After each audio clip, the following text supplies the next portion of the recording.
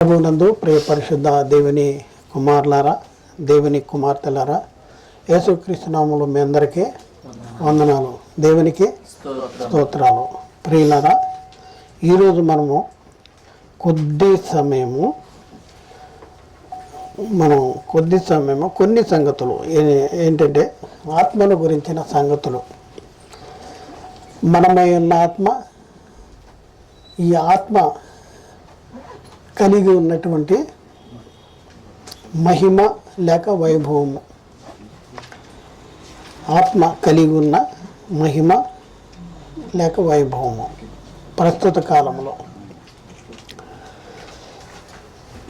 రాత్రి కొన్ని సంగతులు చెప్పాము, అన్ని సంగతులు చెప్పలేకపోయాము. కొన్ని సంగతులు మనం పరిశీలన చేస్తానికి ప్రయత్నం చేద్దాం. ప్రియులరా, మనిషి అనేవాడు గురించి పరిశీలన చేస్తే మనిషి ఎవరు? ఆత్మ ఉన్నాడు. మనిషి ఇద్దరు పురుషుల కలయికలో, ఇద్దరు పురుషుల్లో బాహ్య పురుషుడు, ఆంతర్య పురుషుడు. ఈ ఆంతర్య పురుషుని యొక్క పరిస్థితి మనం ఆలోచిస్తే, ఆంతర్య పురుషుడు నిత్యము ఉండేవాడు. అంతము లేదు, ముగింపు లేదు, నాశనము లేదు. ఎందుకంటే ఎక్కడి నుంచి వచ్చాడు? రాత్రి తెలుసుకున్నాం, దేవునిలోంచి విడిపోయాడు. ఒకప్పుడు దేవునిలో దేవుడై ఉండగా దేవునిలోంచి విడిపోయిన జీవాత్మే నేను, మనము అని చెప్పబడుతున్నటువంటి ఆత్మ. అయితే ఈ ఆత్మ విలువ ఎంత? ఈ ఆత్మ విలువ, దీన్ని విలువ ఈ ప్రకృతి సంబంధమైన వాటితో విలువ కట్టగలమా?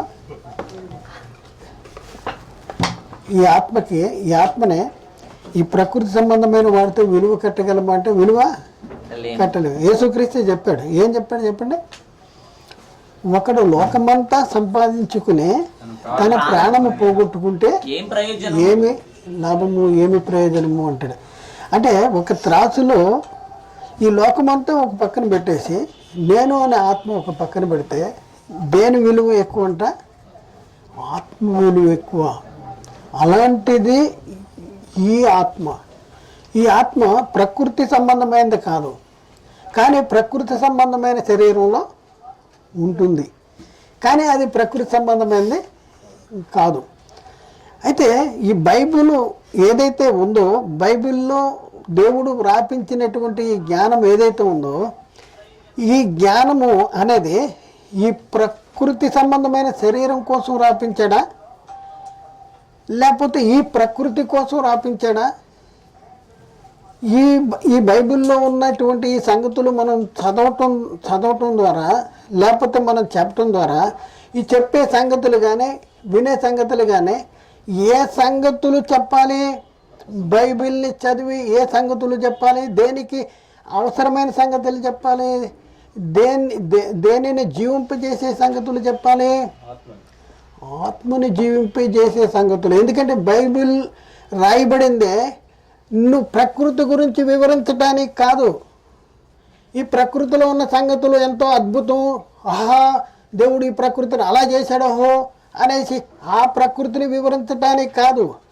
ఈ ప్రకృతిని గురించి నువ్వు తెలుసుకుంటాం మూలాన బుడ్డ పైసా నీ ఆత్మకి ఆశీర్వాదం ఉండదు. ఈ బైబిల్ని చదివి ప్రకృతిని గురించి చెప్తూ అబ్బో దేవుడు ఎంత చేశాడు అంత చేశాడు అని చెప్పేసేటటువంటి పరిస్థితి నేటి దినాల్లో బైబిల్ అర్థం కానిటువంటి వారికి, ప్రకృతి సంబంధమైన భూ సంబంధమైన దెయ్యముల జ్ఞానం ఉన్నవాళ్ళు మోసము చేస్తూ ఉన్నారు, చూపిస్తూ ఉన్నారు, కానీ దాన్ని తల్లకిందులుగా చూపిస్తూ ఉన్నారు. ఇదే అద్భుతం, ఇదే జ్ఞానం అంటాడు. ఈ జ్ఞానాన్ని అంటే ప్రకృతి సంబంధమైన జ్ఞానాన్ని గురించి మనం నేర్చుకుంటాం వలన మనకి ఆత్మకి లాభమా? ఈ ఆత్మకి ఆత్మ సంబంధమైన సంగతులు చెప్పాలా?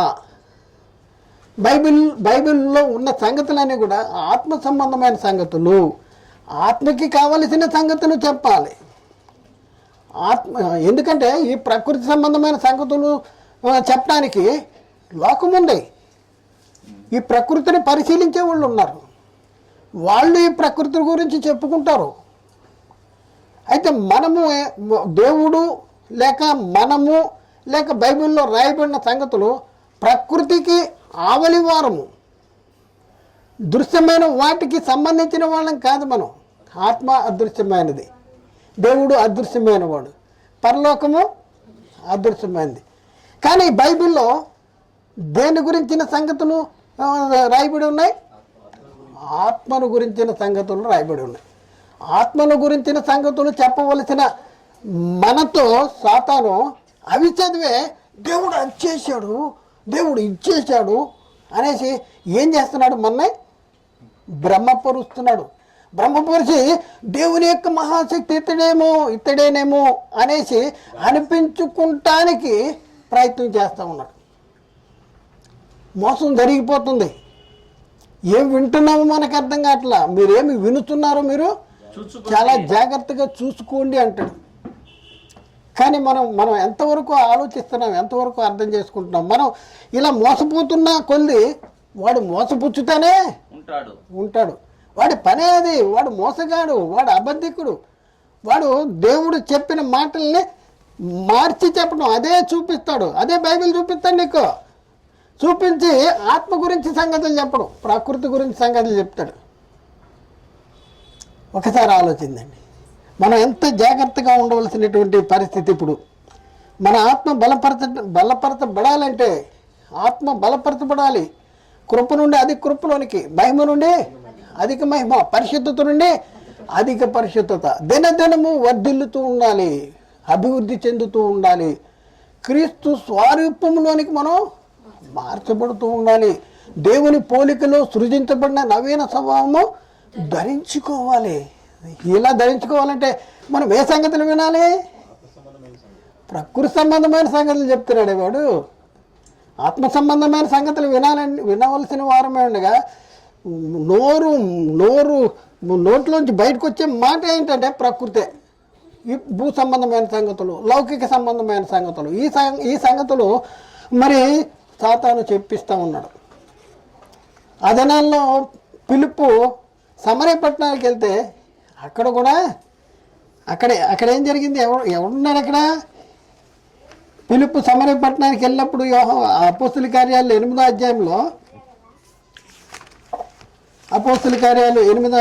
అక్కడ సీమోను ఉన్నాడంట. గారిడి సీమోను. 9వ వచనం, సీమోను ఒక మనుషుడు లోగడ పట్టణంలో గారిడి చేయుచు తాను ఎవడనో అని గొప్పవాడనని చెప్పుకుంటూ సమరీయులను విభ్రాంతి పరచుచు కొద్దివారి మొదలుకుని గొప్పవారి మట్టుకు అందరూ దేవుని యొక్క మహాశక్తి అనబడిన వాడు ఇతడే అని చెప్పుకొనుచు అతని మీద లక్ష్యం పెట్టారు. కానీ వాడు మారాడు. అందరినీ మోసం చేసిన వాడు మళ్ళీ మారాడు. పిలుపు మాటలు వినే, సత్యాన్ని వినే, లోబడే నేను చేసేది తప్పు అనేసి వాడు మారగలిగాడు. మరి నువ్వు మారుతున్నావా? ఇప్పుడున్న పరిస్థితుల్లో మీరు మారుతున్నారా? మారాలి. అలాంటి గారడి సీమోనే మారాడండి. మారాడు, పిలుపు మాటలు విని మారాడు. మారి ఏం చేశాడు? బాప్తిజం తీసుకున్నాడు. తర్వాత బుద్ధి మారలేదు. కానీ నేను అనే ఆత్మ ఒకసారి ఆలోచిస్తే ఈ లోకానికి దేవుడు శరీరంలో ప్రవేశపెట్టబడిన ఆత్మ విలువ అనేది చాలా గొప్పదని మనం గ్రహించాలి. అయితే ఆదాము గురించి మనం ఒకసారి పరిశీలన చేస్తే మనకి తెలుసు కదా. ఆదాము ఎవరు అంటే దేవుని కుమారుడు, అంటే కుమారుడైన దేవుడు. అంటే ఈ లోకంలో మనం పరిశీలన చేస్తే ఎవరెవరు కుమారులు ఉన్నారు? ఎవరెవరు కుమారులు ఉన్నారు? దేవునిలోంచి విడిపోయిన ఆత్మనే సాతాను ఎవరు కుమారుడిగా చేయాలని ప్రయత్నం చేస్తున్నాడంటే దెయ్యం కుమారుడిగా, సాతాను కుమారుడిగా తయారు చేయాలి. నాతో పాటు నరకానికి తీసుకువెళ్ళాలి. దేవుడు సంకల్పించింది ఏంటంటే నా కుమారుడు నా దగ్గరికి రావాలి, నా కుమారుడు నాకు మహిమ తెచ్చేలాగా ఉండాలి అనేసి దేవుడు సంకల్పించాడు. ఆదామును కన్నాడు. ఆదాము దేవుని కుమారుడు. లోక 3 ఆదికాండము 2:7 ప్రకారం, లోక 3:38 ప్రకారం కేనాను ఏనోషుకు, ఏనోషి షేతుకు, షేతు ఆదాముకు కుమారుడు. ఆదాము ఎవరు కుమారుడంట? దేవునికి కుమారుడు. దేవుని కుమారుడుగా ఉండవలసినటువంటి ఆదాము అనతి కాలంలోనే తప్పిపోయాడు. కొద్ది కాలంలోనే తప్పిపోయాడు. సాతాను మోసగించాడు, సాతాను దొంగిలించాడు వాళ్ళ దగ్గర. ఏం దొంగిలించాడు? దేవుని మాట ఏదైతే వాళ్ళ హృదయంలో దేవుడు పెట్టాడో ఆ మాటను తీసివేసేసాడు. సాతాను వాడి వాక్యాన్ని పెట్టేశాడు. పెట్టేస్తాం వలన ఎవరు కుమారులు అయిపోయారు? అపవాది కుమారుడుగా. అంటే ఆత్మకి ఏమైపోయింది చెప్పండి? ఒక పౌరసత్వం పోయింది, ఒక కుమారత్వము పోయింది, పరలోక పౌరసత్వము పోయింది, దైవ కుమారత్వం పోయింది. యేసుక్రీస్తు ఏమంటున్నాడండి 8:44 యోహాను సువార్తలో, మీరు మీ తండ్రి అపవాది సంబంధులు. ఏంటి ఈ ఆత్మ కలిగి ఉన్న వాళ్ళనే అంటున్నాడా? ఈ ఆత్మ మీరు అంటే ఈ ఆత్మనే అంటున్నాడా? అవును, ఈ ఆత్మ గురించి మాట్లాడుతున్నాడు. ఈ ఆత్మ గురించి మాట్లాడుతున్నాడు. అంటే మీరు మీ తండ్రి అపవాది సంబంధులు, మీ తండ్రి దురాశలనే. ఎవరు అపవాది సంబంధులు? తండ్రి కలిగి ఉన్న, అంటే అపవాది కలిగి ఉన్న దురాశల్ని నెరవేర్చే వాళ్ళు తండ్రి దురాశలను నెరవేర్చుతున్నారు అనేసి ఇక్కడ చెప్తున్నాడు. మీరు మీ తండ్రి అపవాది సంబంధులు. ఎందుకైపోయారు వీళ్ళు? చూడండి, దేవుని కుమారులుగా ఉండవలసినటువంటి వారు, దైవ కుమారత్వము కలిగినటువంటి వారు, దేవునికి వారసులు, పరలోక పౌరులుగా ఉన్నటువంటి వారు. అలాంటి పరిస్థితుల్లో ఉన్నటువంటి వారు మరి ఆదాము మరి ఆ దేవుని మాట విన్నాడా? వినలేదా? అతిక్రమించాడు. ఏం చేశాడు? అతిక్రమించాడు. ఇక్కడ యోహాను సువార్త 8వ అధ్యాయంలో 37 వచనం చదువుతాం చూడండి. 37, 38. మీరు అబ్రహాము సంతానం, చదవండి. మీరు అబ్రహాము సంతానమని నాకు తెలియను. చూడండి, మేము అబ్రహాం సంతానం అనుకుంటున్నారు. ఇప్పుడు కూడా చాలా మంది మేము దేవుని కుమారులు అని అనుకుంటున్నారు, మోసపోతున్నారు. బైబిల్ పట్టుకుంటున్నారు, బైబిలే చెప్పడానికి ప్రయత్నం చేస్తున్నారు. కానీ ప్రకృతి గురించి చెప్తున్నారు. ప్రకృతి సంబంధమైన సంగతులుగానే బైబిల్ అర్థం చేసుకుంటున్నారు. అందుకనే మీరు అబ్రహాము సంతానం అని నాకు తెలియను, అయినను మీలో నా వాక్యమునకు చోటు ఏమి లేదు. ఆదాములో ఏమి లేదు, వాక్యమునకు చోటు లేదు. ఇక్కడ యూదుల్లో ఏమి లేదు, వాక్యానికి చోటు లేదు. ఎవరి చూడండి, సాతాను ఎంత గమ్మత్తుగాడో. భజన చేయండి, ప్రభువా స్తోత్రం చేయండి, పర్వాలా. కానీ మీరు నాకే కుమారులు, నా తరపే మీలో మాత్రం ఆయన వాక్యం ఉండకూడదు. ఆదాములో ఆయన వాక్యం చోట్లేదు, యూదులలో ఆయన వాక్యం చోట్లేదు, క్రైస్తవులు అనబడే వారిలో ఆయన వాక్యం చోటు ఉండకూడదు.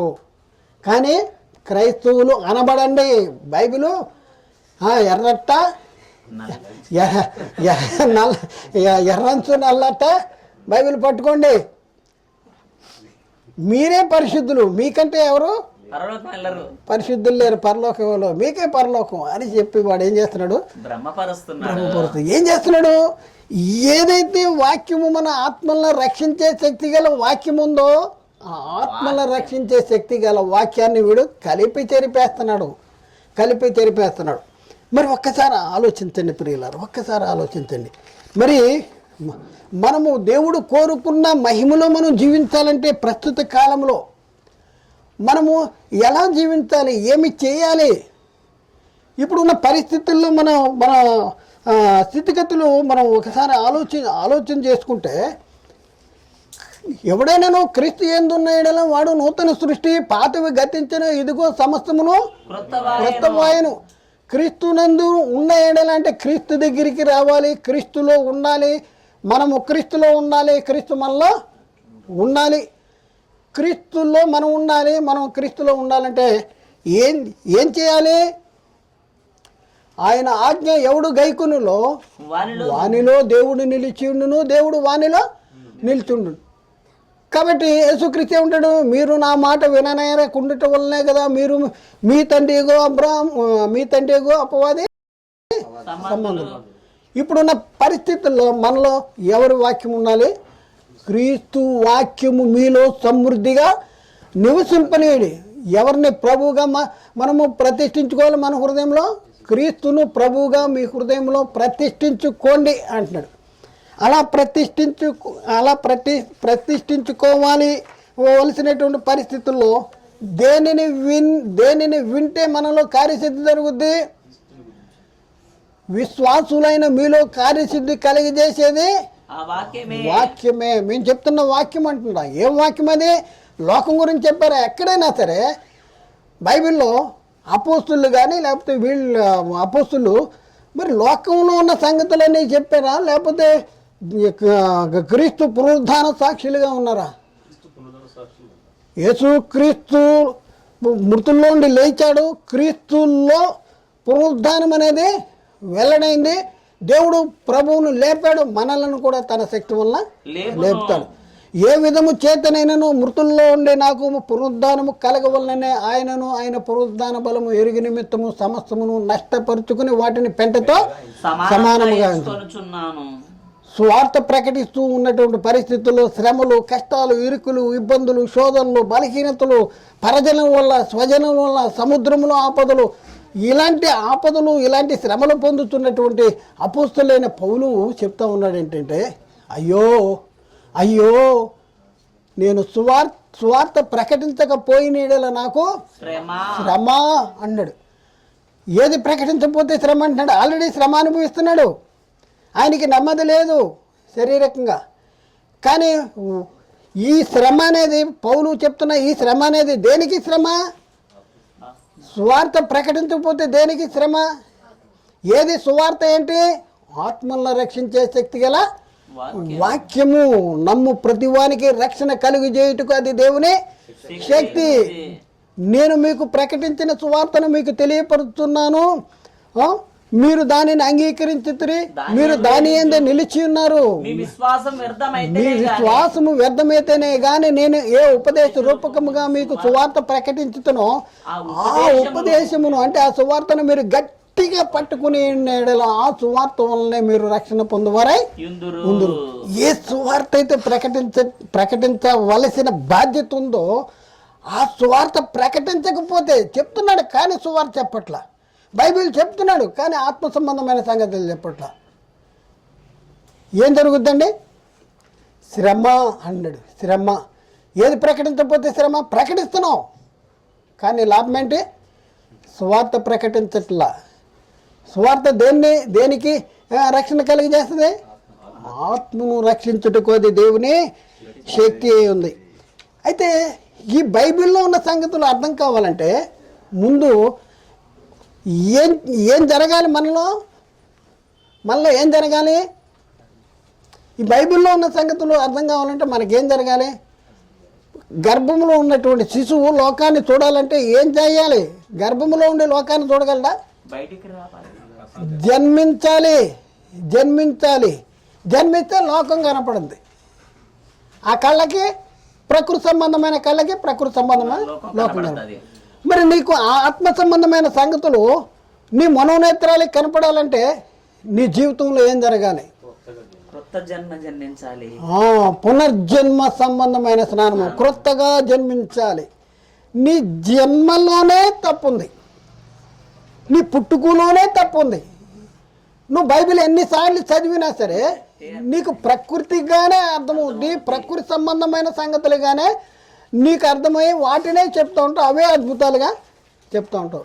జరిగింది ఏంటంటే జన్మలో లోపం ఉంది. జన్మలో లోపం ఉండటం వలన పిల్లలకి ఏమవుతుంది? పుట్టినప్పుడు అవయవాలు అటు ఇటుగా పుడుతున్నాయి, క్రమంగా ఉండట్లేదు. అయితే ఏం జరగాలి ఇప్పుడు? ఈ బైబిల్ నీకు అర్థం అవ్వాలంటే ఏం జరగాలి? ఈ బైబిల్ని నువ్వు అర్థం చేసుకుని బైబిల్ని మరి సత్యము ఉన్నట్లుగా ప్రకటించబడాలంటే ఏం చేయాలి? ఈ ఆత్మ విలువ మామూలు కాదండి.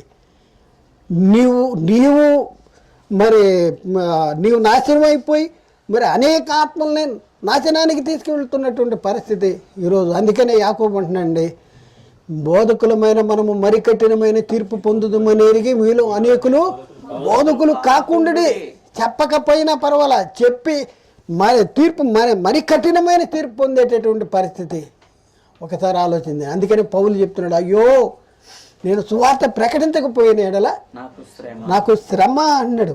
కాబట్టి ప్రియులారా ఒకసారి ఆలోచన చేయండి. ఇక్కడ మనం పరిశీలన చేసుకుంటే మనము క్రొత్తగా జన్మించాలి. యోహాను సువార్త 3:3-5 వచనాలు 3:5 యేసు అతనితో ఇట్లా నేను ఒకడు క్రొత్తగా జన్మించితేనే కానీ అతడు దేవుని రాజ్యమును చూడలేడని మీతో నిశ్చయముగా చెప్పుతున్నాను. దేవుని రాజ్యాన్ని చూడలేడు కొత్తగా జన్మించకపోతే. 5వ వచనం యేసు ఇట్లను ఒకడు నీటి మూలంగాను ఆత్మ మూలంగాను జన్మించితేనే కానీ దేవుని రాజ్యమును ప్రవేశించలేడని మీతో నిశ్చయముగా చెప్తున్నాను. జన్మిస్తున్నాము అని అనుకుంటున్నారు కానీ తీసుకున్న బాప్తిజాలు కరెక్ట్ కాదు, సరైన బాప్తిజాలు కరెక్ట్ తీసుకోలేదు. ఏదో బాప్తిజం తీసుకుని దానిలో ఫాలో అయిపోతున్నాడు. బాప్తిజం తీసుకున్న తర్వాత తెలుసుకున్నాడు అనుకోండి, సత్యం తెలుసుకున్నాడు, మళ్ళీ తీసుకోవాలి బాప్తిజం సత్యాన్ని తెలుసుకున్నాడు. ముందు యేసుక్రీస్తే తండ్రి, లేకపోతే బైబిల్లో ఉన్న కొన్ని సంగతులు అన్ని యేసుక్రీస్తు తండ్రి, లేకపోతే యేసుక్రీస్తు దేవుడు సిలువలో రక్తాన్ని కార్చాడు, ఇట్లా రకరకాలగా మనం తప్పు బోధల్లో ఉండి ఆ బోధలోనే బాప్తిజం తీసుకున్నాం. బాప్తిజం తీసుకుంటే ఆ బాప్తిజం కరెక్టా? చూడండి, దానివల్ల ఆత్మకి రక్షణ ఉందా? కొత్తగా జన్మించాలి కదా. జన్మించాలంటే యేసునేమని ఒప్పుకోవాలి? యేసు దేవుని కుమారుడు, యేసు ప్రభువుని నోటితో ఒప్పుకుని దేవుడు క్రీస్తులోని మృతుల నుండి లేపాడని హృదయంలో విశ్వసించాలి. కానీ చాలామంది, నాకు తెలిసిన వాళ్ళు చాలామంది ఉన్నారు, వాళ్ళు పెద్ద పెద్ద బోధకులుగా ఉన్నారు, కానీ వాళ్ళు పెద్ద బోధకులు అయిపోయారు కానీ వాళ్ళు తీసుకున్న బాప్తిజాలు కరెక్ట్ కాదు. నాకు తెలిసిన వాళ్ళు చాలా వృద్ధులు చాలామంది ఉన్నారు. తల్లి ఇప్పుడు నాకంటే ఇంకా వయసులో ఉన్నవాళ్ళు, నా వయసులో ఉన్నవాళ్ళు ఉన్నారు, పెద్ద మనుషులు. వాళ్ళు మాకంతా తెలుసు, మేము చిన్నప్పటి నుంచి క్రైస్తవులు, మీరు బుడ్డగాళ్ళు, మీరు బుడ్డోళ్ళు, మీకేం తెలుస్తుందిరా, మేము అక్కడ చేసావురా సేవ, ఇక్కడ చేసాం, ఆయనతో తిరిగాం, మీరు నడుచుకుంటూ వెళ్ళినావురా అని కబుర్లు చెప్తున్నారు. కానీ వాళ్ళు తీసుకున్న బాప్తిజాలు ఏసెవరో తెలియదు పాపం వాళ్ళకి, అంతే కదా. కాబట్టి ఇప్పుడు వాళ్ళకి మనం ఏదైనా చెప్తుంటే మాకు చెప్పడానికి వచ్చారా, మా కడుపులో పుట్టి, ఏమండి చెప్పకూడదా? నేను పెద్ద పాస్టర్ని, నా దగ్గర ఒక 10 లక్షల మంది సభ్యులు ఉన్నారు, నాకు చెప్తావా నేను తీసుకున్న బాప్తిజం కరెక్ట్ కాదని? చూడండి ఎలా అయిపోయిందంటే, పుట్టుకలో లోపం ఉంది, జన్మించటంలో లోపం ఉంటే ఏది కనపడదు? ఆత్మ సంబంధమైన సంగతులు కనపడవు. అదే బైబిల్ చదువుతాం, సాతాను కూడా అదే చెప్పాడు కదా, ఈ రాళ్ళ వల్ల ఈ రాళ్ళను రొట్టెలుగా చేసి తిను అని అంటే యేసుక్రీస్తు ఏమన్నాడు? మనుషుడు రొట్టె వల్ల మాత్రమే కాదు కానీ దేవుని నోటి నుండి వచ్చి ప్రతి మాట వల్ల జీవిస్తాడు అన్నాడు. వాడు అదే మాట బైబిల్లో మాటలు చూపించే తలకిందులుగా చెప్పేటప్పటికి మనం ఏం చేస్తాము? సులువుగా చిక్కులు పెట్టు పాపానికి బానిసలమైపోతాం, లోబడిపోతాం. అదే వాడి మన వీక్నెస్ ఎక్కడుందో వాడికి తెలుసు, మన బలహీనత ఎక్కడుందో వాడికి తెలుసు, అక్కడే నొక్కుతాడు, అక్కడే బట్టను నొక్కుతాడు. నీ వీక్నెస్ ఎక్కడుంది? అర్థమైందా? అక్కడ దీనికంతటి కారణం ఏంటి? పునర్జన్మ సంబంధమైన స్నానము, పరిశుద్ధాత్మ. అది సరైనది అయితే పరిశుద్ధాత్మ నూతన స్వభావము కలిగజేస్తుంది. అప్పుడేమవుతుంది? ఆత్మ సంబంధమైన సంగతులతో సరిచూసుకుంటూ ఉంటాం. అందుకనే మనం ఏ బీజము ద్వారా జన్మించాలి? మీరు క్షయ బీజము నుండి కాదు కానీ అక్షయ బీజము అనగా శాశ్వతముకు జీవము గల దేవుని వాక్యం మూలముగా పుట్టింపబడ్డారు. శాశ్వతముకు జీవము గల దేవుని వాక్యం మూలంగా పుట్టింపబడాలి. శాశ్వతముకు జీవము గల దేవుని వాక్యం మూలంగా పుట్టింపబడాలి. వాక్యం మూలంగా పుట్టింపబడకపోతే ఏం జరుగుద్ది? చూడండి, పుట్టింపబడకపోతే ఏం జరుగుద్ది? వాక్యం విని బాప్తిజం తీసుకోవాలా? బాప్తిజం తీసుకున్న తర్వాత వాక్యం వినాలా? ఏది ముందు? వాక్యం వినడం ముందు. వాక్యము విన్నవారు బాప్తిజం తీసుకున్నారు. అతని వాక్యం అంగీకరించిన వారు బాప్తిజం తీసుకున్నారు. అపోస్తుల కార్యాల్లో 2వ అధ్యాయము 41వ వచనం. కాబట్టి అతని వాక్యం అంగీకరించిన వారు బాప్తిజం పొందిరి. ఒకసారి వాక్యము అంగీకరించిన వారు. వాక్యము దేనిని గురించిన సంగతులు చెప్పాడు అక్కడ పేతురు? లోక సంబంధమైన సంగతులు చెప్పాడా? అక్కడ క్రీస్తుని గురించి సంగతులు చెప్పాడా? చూడండి, గమనించండి. లోక సంబంధమైన సంగతులు చెప్తే ఎవరికి మారు మనసు కానీ పశ్చాత్తాపం కానీ ఏమీ రాదు. ఒకవేళ అలాంటి పరిస్థితుల్లో వాటిని గూర్చి విని మనము వాటినే నమ్మి బాప్తిజం తీసుకుంటే దానికి ప్రయోజనము లేదు. కాబట్టి ప్రియులారా, ఒక్కసారి ఆలోచించండి. మనము నిర్మలమైన ఉదక స్నానము చేసినటువంటి శరీరాలు కలిగిన వారమై ఉండాలి. హెబ్రీ పత్రిక 10:22లో మనస్సాక్షిలో కల్మషము తోచకున్నట్లు ప్రోక్షించబడిన హృదయములు గలవారమై నిర్మలమైన ఉదక స్నానము చేసిన శరీరములు గలవారమై ఉండి అంటాడు. నిర్మలమైన ఉదక స్నానము చేసిన శరీరాలు. అలాగే ఎఫ్సీ పత్రిక 5వ అధ్యాయంలో 25-27 వచనాల్లో 5వ అధ్యాయం 25-27 వచనాల్లో పురుషులారా మీ భార్యలను ప్రేమించుడి, అటువల క్రీస్తు కూడా సంఘమును ప్రేమించి అది కళంకమైనను మడతైనను అటుది మరి ఏదైనను లేక పరిశుద్ధమైనది గాను నిర్దోషమైనది గాను మహిమగల సంఘము గాను ఆయన తన ఎదుట నిలువ పెట్టుకున్న వల్లనే. ఇక్కడ అద్భుతమైన మాట రాశాడండి. నిలువ పెట్టుకోవాలి. ఏంటి అది కళంకం ఉండకూడదంట, మడత ఉండకూడదంట. మరి అట్టిది ఏదైనాను లేక పరిశుద్ధమైనది గాను నిర్దోషమైనది గాను మహిమగల సంఘము గాను ఆయన తన ఎదుట నిలువ పెట్టుకోవాలని ఏం చేశాడంట? వాక్యముతో ఉదక స్నానము చేత. దేంతో ఉదక స్నానం కావాలి? వాక్యముతో ఉదక స్నానం. వాక్యాన్ని విని అంగీకరించి మారు మనసు పొంది పశ్చాత్తాపడి యేసుక్రీస్తు ప్రభువు అని నోటితో ఒప్పుకుని దేవుడు క్రీస్తుని మృతుల్లోని లేపాడని, యేసుక్రీస్తుని దేవుని కుమారుడని, అప్పుడు వాక్యాన్ని బట్టి వాక్యం విని బాప్తిజం తీసుకోవాలి. నువ్వు బాప్తిజం ఎప్పుడు తీసుకున్నావు నీకు తెలియదు. నువ్వు పెద్ద బోధకుడు అయిపోయావు, అందరిని చంపడానికి వచ్చావు. ఎక్కడికి? నీ జన్మే సరైంది కాదు. నువ్వు చెప్పే సంగతులన్నీ ప్రకృతియే. నువ్వంటే ప్రకృతి, నోట్లోంచి వచ్చి అయ్యే కదా. పౌలు అదే చెప్తున్నాడు, భయపడుతున్నాడు. నేను భయపడుతున్నా అంటున్నాడు. ఏంటి? అయ్యో నేను సువార్త ప్రకటించకపోతే నాకు శ్రమ. బైబిల్లో ఉన్న సంగతులు క్రీస్తుని గురించి, రక్షణ గురించి, సువార్తను గురించి సంగతులు చెప్పకపోతే నాకు శ్రమ అనేసి పౌలు లాంటి వాడే భయపడుతుంటే మనం ఏ భయము లేకుండా జనాల్ని మభ్య పెట్టేసి మాయ చేసి గాడి చేసేసి జనాల్ని ఇబ్రాంతి పరిచేటటువంటి పరిస్థితుల్లో ఉంటే ఏం జరుగుద్ది? ఒకసారి ఆలోచించండి. శ్రమ ఉంటుందా ఉండదా? శ్రమ ఉంటుంది. వాక్యముతో ఉదక స్నానము చేత దానిని పవిత్రపరిచి పరిశుద్ధపరచుటకై తన్ను తాను అప్పగించుకున్నాడు. కాబట్టి ప్రియులారా, ఒక్కసారి ఆలోచించేయండి. ఈ లోకంలో దేవుని నుండి విడిపోయినటువంటి ఆత్మలో దేవుని నుండి ఆదాము విడిపోయాడు. ఆదాము తర్వాత సూపర్ థియాలజీకి వెళ్తే మళ్ళీ అది వేరే. మనము ఇక్కడ దేవుని నుండి విడిపోయిన ఆత్మ అనేసి మనం ఆదాము అని అక్కడి నుంచి మనం మాట్లాడుకుందాం. ఇంకా అంతకు ముందుకెళ్తే అసలు దేవుడి నుండి విడిపోయాడా, క్రీస్తు ద్వారా కలిగిన వారము, అది తర్వాత అది ఇప్పుడు మాట్లాడదు. అది సబ్జెక్ట్ వేరు. అయితే దేవుడి నుండి విడిపోయినటువంటి ఆత్మ వాడు ఆదాము. ఆ తర్వాత ఒకరి నుండి ప్రతి జాతి మనిషిని ఒకరి నుండే సృజించాడు. సృజించిన ఈ ఒకళ్ళు నుండి సృజించిన వీళ్ళందరూ ఎవరు? ఆత్మలు. ఏ ఆత్మలు వీళ్ళు? ఎవరి నుంచి విడిపోయిన వాళ్ళు? తండ్రి అయిన దేవుడి నుంచి విడిపోయిన వాళ్ళు. తండ్రి అయిన దేవుడి నుంచి విడిపోయిన ఈ ఆత్మలు 2 గ్రూపులుగా డివైడ్ అయిపోయినాయి. కొన్ని ఆత్మలు నరకానికి వెళ్ళడానికి పరుగులు తీస్తున్నాయి, కొన్ని ఆత్మలు నిత్య జీవానికి వెళ్ళడానికి పరుగులు తీస్తున్నాయి. ఈ ఆత్మ విలువ ఏంటి?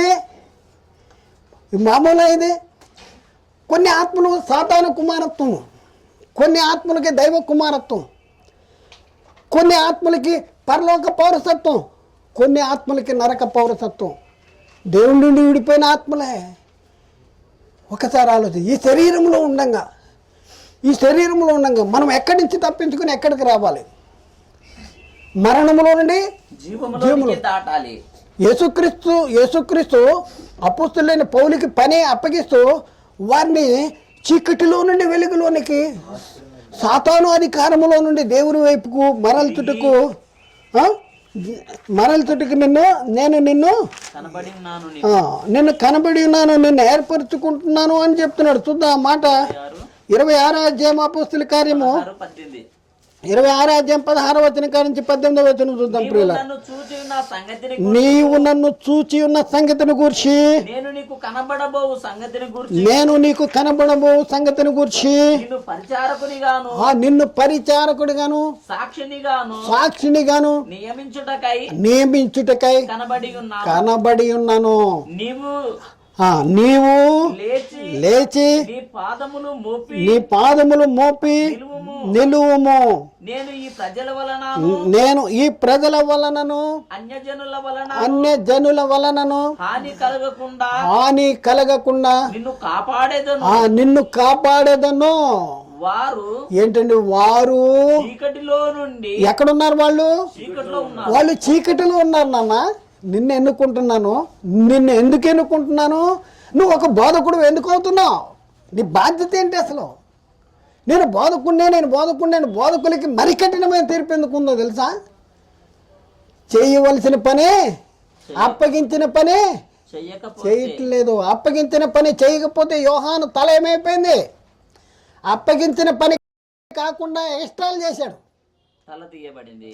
ఎక్స్ట్రాలు చేశాడు. వెళ్ళి హేరోదుని విమర్శించమని చెప్పాడా? హేరోదుని ఉంచుకున్నాడు, అది చేయమన్నాడు చెప్పాడు. ఇదే నీ పని. ఆయన పని ఏంటో ఆయన చెప్పాడు. యోహాను పని ఏంటో యోహాను చెప్పాడా లేదా? ఏం చెప్పాడు? ఇశ్రాయేలీల్లో క్రీస్తును ప్రత్యక్షపరచు. నేను ఆయనను ఎరుగనైతని కానీ నీళ్లలో నన్ను బాప్తిజమిచ్చుటకు పంపిన వాడు నీవెవరి మీద అయితే ఆత్మ దిగువచ్చుడు చూతువో ఆయనే ఈయననే నువ్వు తెలుసుకో.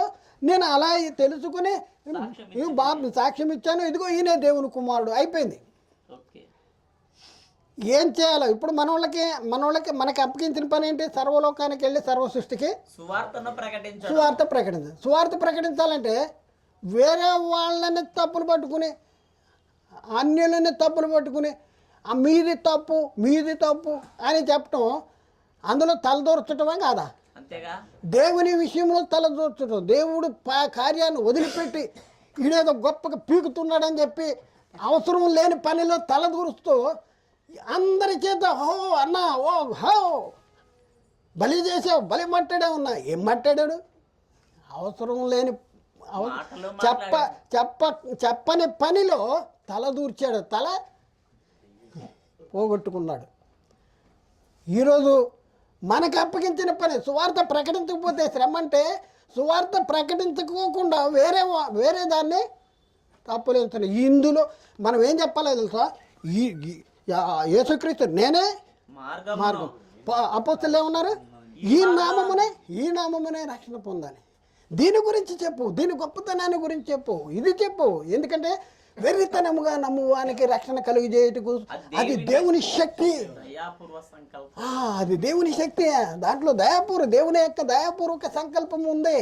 నువ్వు ఇది చెప్పుకోకుండా లోకం చెప్పుకుంటూ నేనేదో గొప్పవాడిని అనిపించుకుంటాను. అందరి గురించి చెప్తున్నా, ఒక్కరి గురించి కాదు. ఒక్క వ్యక్తిగతంగా ఎవరి గురించి నేను మాట్లాడట్లా. బైబిల్ వదిలేసి లోకంలోకి వెళ్ళిపోయి లోకాన్ని చెప్తున్నటువంటి వాళ్ళందరి గురించి, బైబిల్ చెప్పవలసిన వాళ్ళు బైబిల్ వదిలేసి లోకంలో ఉన్న వాళ్ళని విమర్శించుతూ వాళ్ళది తప్పు వీళ్ళది తప్పు అని చెప్తున్నటువంటి అందరి గురించి చెప్తా ఉన్నా. నువ్వు చేయవలసింది నువ్వు చేయి అంతే. నువ్వు కుడికి కానీ ఎడకు కానీ తిరగొద్దు. నువ్వు చేయాల్సింది స్ట్రైట్. You go straight. దేవుడు కార్యం జరిగిస్తాడు. దేవుడిని దేవుణ్ణి నమ్మట్లేదా? ఆయన కార్యాన్ని నమ్మట్లేదా? నువ్వు చేయాల్సింది నువ్వు చేయి. అందరిలో తలదొత్తమని చెప్పాడా? అయ్యో నేను సువార్త ప్రకటించకపోతే శ్రమ.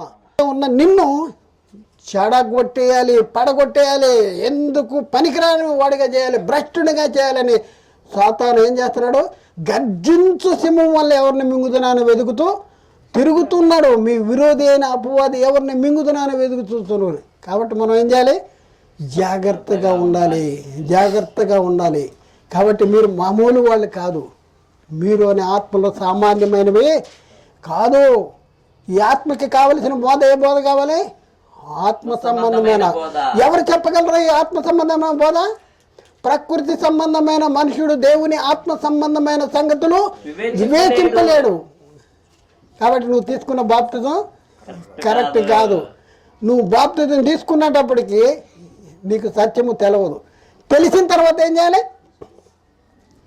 బాప్తిజం ఇవ్వాలి, బాప్తిజం తీసుకోవాలి. అప్పుడు నీకు మెల్లిమెల్లిగా బైబిల్ చదివే కొద్ది అర్థమవుతూ ఉంటాయి. కాబట్టి ప్రియులారా ఒక్కసారి ఆలోచించండి. మన మహిమ ఏంటి? మనం ఎలాంటి మహిమ కలిగి ఉన్నాం? దేనికి వారసులుగా ఉన్నాం? మరి మనం వెనక్కి లోతు భార్యలాగా వెనక్కి చూద్దామా? ఏం చేయాలి? ఒక్కసారి వెనక్కి చూద్దామా? ఇశ్రాయేలీలు కూడా అంట ఐగుప్తు పోగోరాడు, హృదయాల్లో ఐగుప్తు పోగోరారు. మరి మనం ఎలా ఉన్నాం? మన పరిస్థితి ఏంటి? ఇది మనం అర్థం చేసుకోవాలి, సత్యాన్ని గ్రహించాలి. మనం ఒక్క అడుగు కూడా బయటికి వేసే పరిస్థితి లేదు. నేను ఎవరిని, నా తండ్రి ఎవరో? దేవాతి దేవుడు. కాబట్టి ప్రియులారా ఆలోచించండి, అర్థం చేసుకోండి. దేవుడు మాట్లాడే ప్రతి మాట ప్రతి ఒక్క హృదయంలో నీరుగట్టి ఫలం చేయనుగాక.